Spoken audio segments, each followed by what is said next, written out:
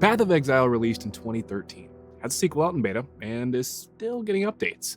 Does that make it one of the best free-to-play games out there? Welcome to my first free-to-play review series, where we answer 3 questions. Is this game worth your time? Is this worth your money? And ultimately, is it worth playing? Let's find out. To start things off, you may be asking yourself, what is Path of Exile? I've heard of it, but don't really know what it's like. Path of Exile is an isometric action role-playing game, also known as ARPGs, and isometric meaning top-down viewpoint, developed by Grinding Gear Games, and it was actually released all the way back in 2013 on PC, and then later on console. You may now be asking yourself, why the hell do I care about a free-to-play game from 2013? You know, that's a good question. It's actually been considered one of the best ARPGs of all time, and is still receiving active updates as of 2026, even after the developers released a sequel, Path of Exiles 2. The sequel is in early access at the time of this video, but will likely launch within 2026 timeframe. In Path of Exile, you start off as a condemned exile. Ironic, right? Stripped of everything and shipwrecked on the shores of Rayclast, a cursed continent that the civilized world of Oriath uses as its dumping ground for criminals and undesirable folks. You have no weapons, well, technically you immediately conveniently find one, no allies, and no explanation of why you're there. Like, literally none. The game kinda just drops you in and expects you to figure it out. There is a basic tutorial, but it's extremely wordy and can be a little overwhelming to someone new to this type of game. The story spans 10 acts split into 2 halves. Each act can take between 1 to 2 hours to finish, with the latter acts taking a little longer due to difficulty spike. So you have a nice little 20-ish hour story experience for a free-to-play game. Nice! The game could easily take longer though, with side content found during the acts. And the in-game content is a perpetual loop that could go on forever, but we'll touch on that a little bit more later. Speaking of loops, the basic gameplay loop kind of goes as follows. Interact. Kill enemies until you find the base encampment. Get quests from different NPCs to enter the next areas, from a myriad of them, with unique personalities and storylines. Optional side quests for better loot and skills or skill points are typically here as well, and they're worth it. You move back and forth from one area to the camp for quests, selling and upgrading loot, until the final boss for the act is found, or the quest for it is unlocked at least. You kill the boss and immediately move into the next act. Later acts may have 2 to 3 to what feels like 7 sometimes of these story bosses, plus the side quests and mini bosses that are kind of unique enemies throughout the areas. And then you rinse and repeat. Now with most ARPGs and the likes of the Diablo series, you try your best to create a build for your character and optimize them through usable skills, in the form of gems in Path of Exile. Passive skills from a vast skill tree and gear that drops as loot, like all the loot. This loot is dropped via an RNG system, meaning random number generator, and thus the gear feels literally kind of random all the time. This can be a fun woohoo mechanic for some people and infuriating for others playing the game. I don't mind it, and it makes the random gear drops fun to pay attention to. It did make me never want to utilize the merchants in the game though, because I'd likely get gear with better stats by just killing some boss coming up or a unique enemy. Speaking of stats, the stat calculations for gear in this game feels like I'm pursuing a bachelor's degree in calculus. Here's a screenshot from the wiki page confirming the types of calculations I'm talking about. The basics of stats are fairly simple though.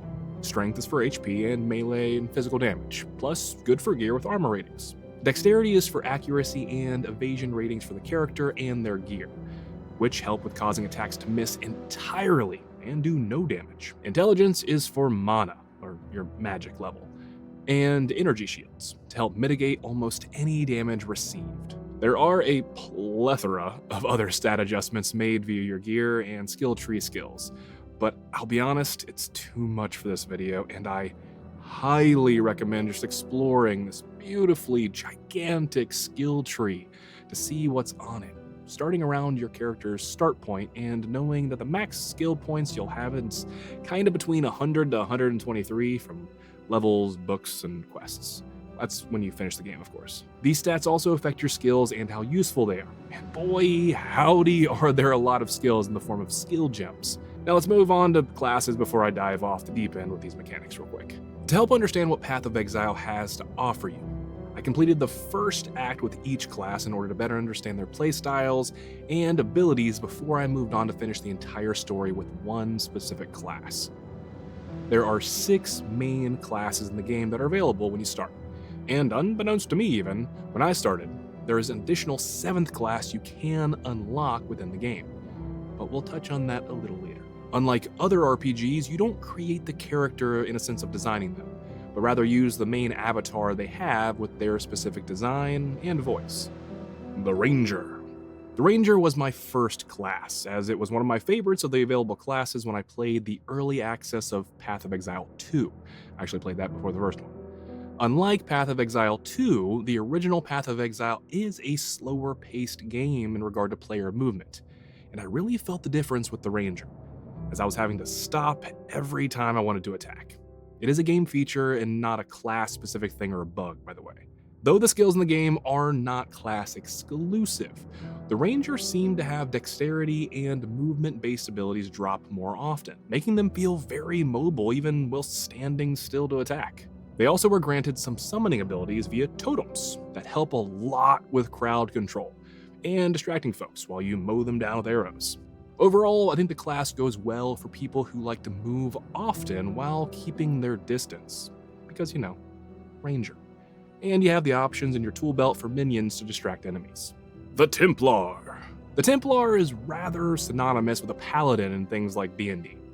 Righteous holy fury in a big bulky package. Being big and bulky definitely makes their standard attack slow. Like, uber slow. So you will definitely be tanking damage with this class. Mind you, there are some strength-based abilities that offer a bit of range, but most of the time you're gonna be kinda in the shit. Also, like the Dungeons & Dragons Paladin, auras are a thing in Path of Exile, and very useful.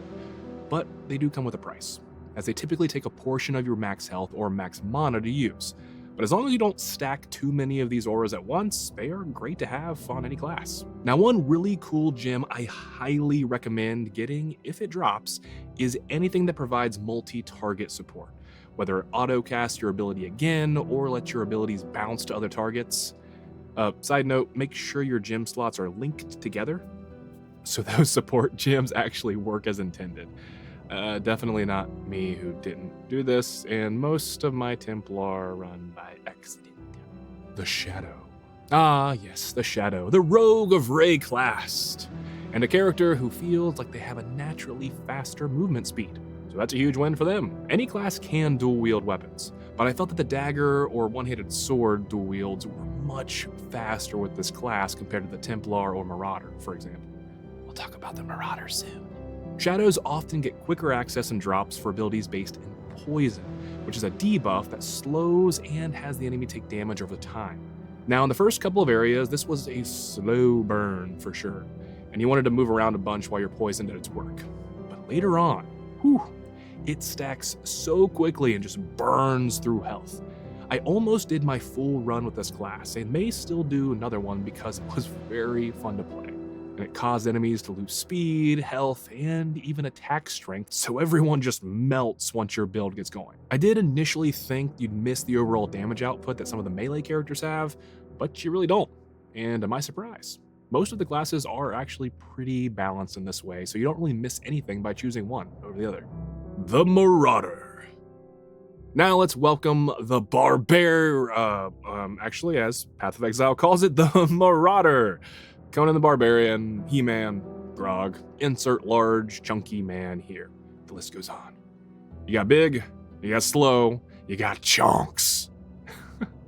It definitely relies on high health stat and armor ratings, so strength is a must, and will be easily grabbed up in the skill tree. Two-handed weapons are a nice tactic here for sure, but I found dual wielding with the Marauder was actually quite nice. The nice thing is that the skill tree has skills for each style of combat that you could pursue with these characters, so you really can't go wrong unless you try to switch weapon types like halfway into the game. That could be kinda tough on your build.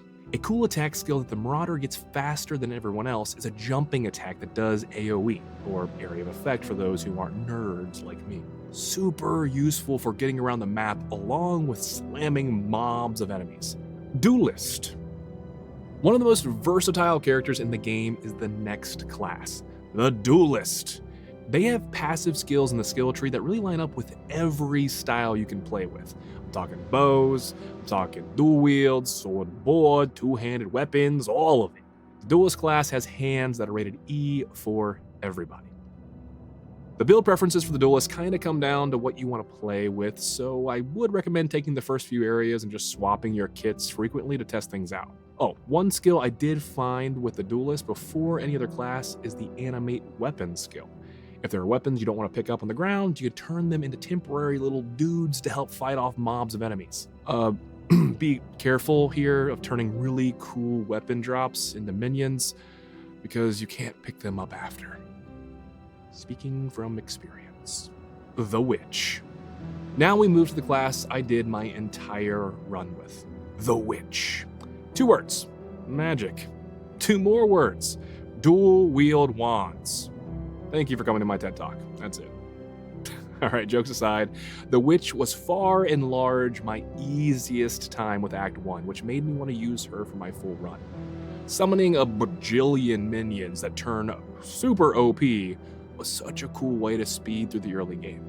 You just stand there and let them do the work for you, and you get paid, baby. Now, I will say that this can get a little boring after a while, as a lot of the minions will go off screen to kill stuff, and you don't see any of the action. And then you'll likely get one shot in late game because you kind of become a literal glass cannon that your minions are doing all the stuff for you too, so, health. Why upgrade it? At least that was my experience playing the entire story with her. Still fun though, as there are some really cool summons out there in the mid to late game areas. The Scion. Now the final class is actually an unlockable class, and it can be missed if you do not rescue a specific person in the early game acts.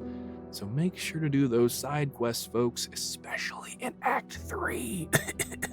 No spoilers, but it is a very interesting class. It even has its own skill tree that unlocks in the dead center of the main tree. A jack-of-all-trades character similar to the Duelist, but with everything.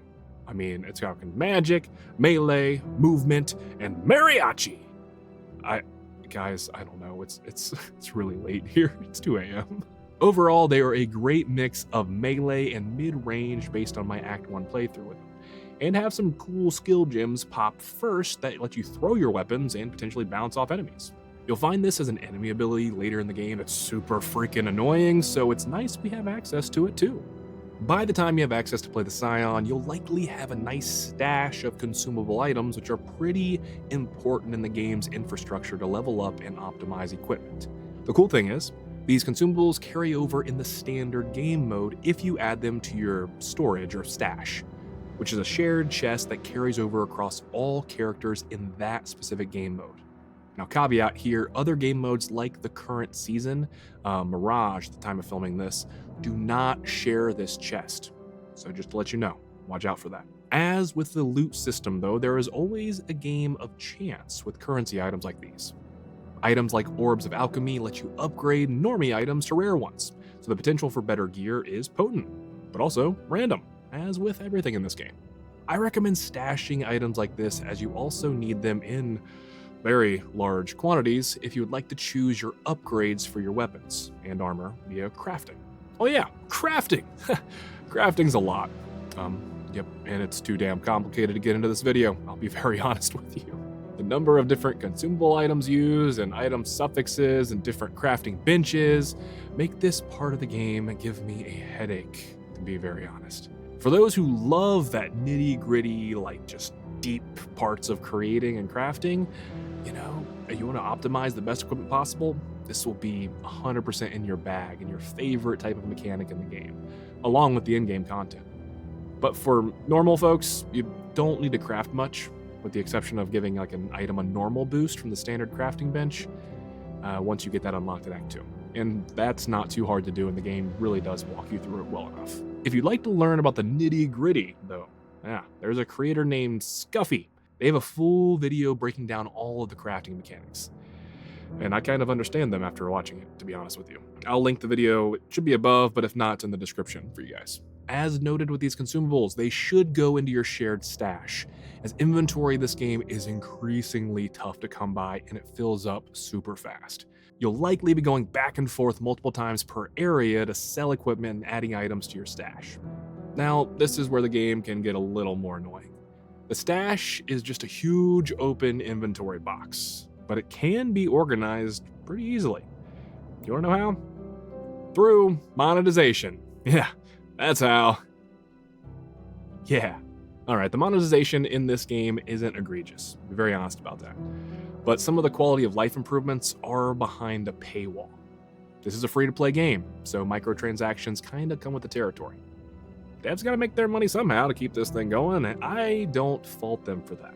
Weirdly enough, I had 300 gold coins, which are the separate premium currency from the in-game gold. Very confusing, I know. So everyone might actually start with this now to be able to help with the quality of life improvements. I immediately bought storage spaces that organized my consumables, unique weapons, and a few other later game items that are actually pretty helpful. The microtransactions are generally kind of based on the following: cosmetics, reduced skins, weapons, spell effects, pets, portals, themes, bundles, that kind of stuff. What they have is a battle pass equivalent for the season, mystery boxes, stash tabs for your shared inventory, like I talked about buying previously, character slots for more characters if you plan on making a ton of them, hideout decorations once you get a hideout if you want to decorate it. It's kind of nice. Point packs for additional gold coins called supporter packs, and they usually have some unique cosmetics included. Now, the stash and quality of life stuff isn't crazy expensive, 40 to 50 gold for most tabs and 150 plus for a few bundles. To me though, the supporter packs and cosmetics kind of get out of hand pretty quickly. And unless you are dead set on dropping 100 plus hours in this game, we're talking like $30 to $90 for base premium currency, and then you get a couple cosmetics that do look pretty cool objectively. But I'd steer clear of those if you aren't looking to make this game one of your long time games. With the exception of just wanting to support the devs, of course, because I 100% support doing that. And thankfully, the cosmetics and other microtransactions are not pay to win. That was kind of a worry I had that was resolved pretty quickly. Plus, grinding your games makes you kind of search for the microtransaction screen. It doesn't push it in your face like other games do, which is a huge plus. Now, if you are looking to make this your one game to play for a while, Path of Exile does not disappoint with post-game content. Caveat, semi-spoiler ahead, by the way. Once you beat the final act, the credits don't actually roll. And I don't think I ever saw end credits appear, now that I think about it. But after the main campaign is finished, the world opens to two main areas: the Atlas and King's March. Not only do you have all of the side quests you may have skipped out on from previous acts, including some cool puzzle areas called the Ascendancy Trials, but the Atlas creates a series of generated maps that never seem to end.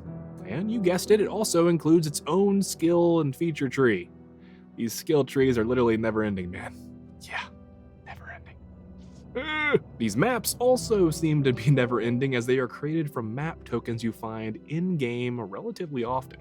The Atlas is a great place to grind for more gear for you power gamers out there. Now, King's March is a different but uniquely expansive animal. It's pretty much a SimCity builder built into the game. You are tasked with developing and expanding the city of King's March.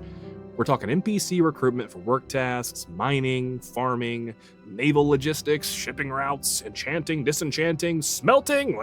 What? Who includes smelting in post-game content? The devs really spent time on making King's March kind of feel like something you build from the ground up. And with those two areas, the game opens up to a wild system that will likely have you grinding for another 100 plus hours easy. The good news is that if you get to this area, you likely spent 40 to 60 hours playing the main game and rather enjoy it. So have fun with the more amazing content by these generous devs who just seem to never stop updating things. While it may take 40 to 60 hours to get to the in-game content based off, your own playstyle, side quests, that kind of thing, it could be a lot shorter too. The world you see along the way is vast. It's dark. It's grim. And at brief times, beautiful. I'm talking environments, baby. Speaking of environments, and you sticking around for this video this far, I just wanted to share the mission of this channel with you. Our own world's environments and the animals within have a hard time, and this channel vows to do something about it. 100% of the revenue made by this YouTube channel and Twitch has been donated to help save endangered species like the red panda, which we're named after. I vow 50%, but what can I say? I love a good cause, like the Red Panda Network and World Wildlife Fund. Just your views help, but if you ever want to help more, please subscribe here on YouTube and Twitch if you can, and then follow on all socials. It's really appreciated more than you know. Oh, speaking of appreciating, I appreciate the variability of environments that the devs brought to Rayclast. For an island nation for exiles, they sure as hell have every environment you can think of. There's natural riverways and waterfalls, caves that feel eerie and dark, snow-trodden mountain peaks, and blood. So much blood. I mean bones. I mean flesh corpse piles. Environments, yeah. Okay, this place isn't quote-unquote beautiful, but damn is it real for what's happening inside the world. The devs made sure we feel the weight of fucking around and finding out with gods. Warning, don't make them mad. I will say the wildlife in Rayclast has a little to be desired, as most are pretty stock animations and not at all bothered by the 100 plus enemies, and in my case, minions hurling fireball skulls that are all around them. It's the small things that are missed like that, but they don't really impact the feel of the world and probably won't bother you at all. Now, after slaughtering some cursed creatures, you can stop and listen to the babbling brook going by with an undertone of adventure, laid up by sound design and music tracks. Beautiful. I will say there are times, though, where the cacophony of sound from the 100 slimy enemies, attack sound effects, minion sounds, your own person sounds, all kind of blur to this disjointed mess in your headset, and even the camera begins to stutter with all the lighting effects. It's one of the few, I would actually say, more major flaws I have with the game, but that's me coming from a sound design and voice acting background. So, take that with a grain of salt. You may now be asking, how is the voice acting? It's great, mostly. A relatively unknown cast in regards to video games, and most of them are from or they have ties to New Zealand, where the devs are located. They got locals. This is awesome. It checks out for a game about an exiled island, actually, and definitely me not just realizing the connection while I'm recording this video about New Zealand being an island and, Rayclast being an island. Interesting. Well, anyways, the cast includes March Mitchinson, who played Braga in the Hobbit movies, and he played Mr. Fonda in Evil Dead Rise. Craig Walsh Wrightson, who plays Salonius in Spartacus. Sophie Hambleton, who is prolific in the New Zealand TV and movie scene, and David Weatherly, who plays the bartender Barleyman Butterbur in Lord of the Rings: The Fellowship of the Rings. Lots of on-screen talent, but not many of them have actual or are video game mainstays. But for a game from 2013 that was probably cast in 2011 or even earlier, I'm not surprised, to be honest. But they did a swell job. The biggest issue with dialogue that I had was it being cut off before finishing for no apparent reason. Today, I remind Malachi of his betrayal. Or multiple voices talking over each other, like if you clicked on a map item, there's a talking point, and then an NPC appears separately shortly after and begins talking. The Rapture device has absorbed its fill of harvested life from fury and desire. Not a cockroach. It is ready. Had I accepted my place? Or the sound mix just drives over top of the voice entirely.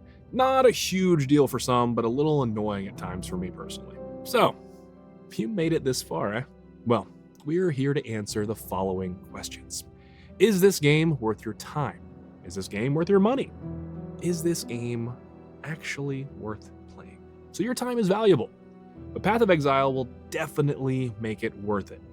On the caveat that you do like these types of ARPGs, like Diablo, that you're interested in learning some easy to jump into but extremely hard to master mechanics, and are okay with dying. A lot. Now, is it worth spending money on? For me personally, I don't see myself spending any money on it besides supporting the devs with a one-off here or there. It's not needed to have a good time with the game, and to be honest, it's mostly cosmetic that you're getting. But the microtransactions aren't pushy, and the devs understand not everyone will buy something. So I appreciate that. Now, is it worth playing? The environments, sound design, gameplay loop and mechanics, and voice acting are all great most of the time. And they leave me in a state of overwhelm in a bad way at other times. I will admit there are times where I caught myself dozing off due to the repetitiveness of my specific build. PSA, make something you need to be engaged with to not have that happen to you. Minions are powerful, but they are a summon and forget it mode. Does that make the game worth skipping? No. Because overall, I had fun and was engaged the majority of the time. I likely just had sleep deprivation from a baby. The great thing is, you can pop in and play for an hour and not feel like you're missing something. And you can finish 2 to 3 map areas in that time. This means you don't need 3 to 4 hour sessions to make it feel worth it, which is awesome for a free-to-play game. You should absolutely download Path of Exile and experience one of the best ARPGs ever to be made. So, now we've established that you're gonna play it, here's a fun little surprise for you. Some tips in very fast form with no context. Seers and Camp from Act 2 on can identify items for free. Identifying items make them more valuable when you sell them. If you destroy the bodies around you, necromancers can't do much. Supporting skill gems can really make a build come to full power quickly. Auras can stack, but will remove a chunk of your mana pool or health between 25 to 50% usually. And some equipment can reserve parts of your HP as well. You can use right stick to navigate to other items when items are clustered on top of each other, which will happen often. Season starts provide a passive skill reset if you'd like to redo your skill tree for free. You can only have one golem-like summon at once, and totems are not minions, they are separate. And corrupted items can't be edited. I hope you guys enjoy your time with Path of Exile. Please let me know if you're going to play it in the comments. And while you're there, please let me know which RPG that's free to play you want to play next. And maybe I'll jump it into the series here. I'll talk to you in the next one. Love you.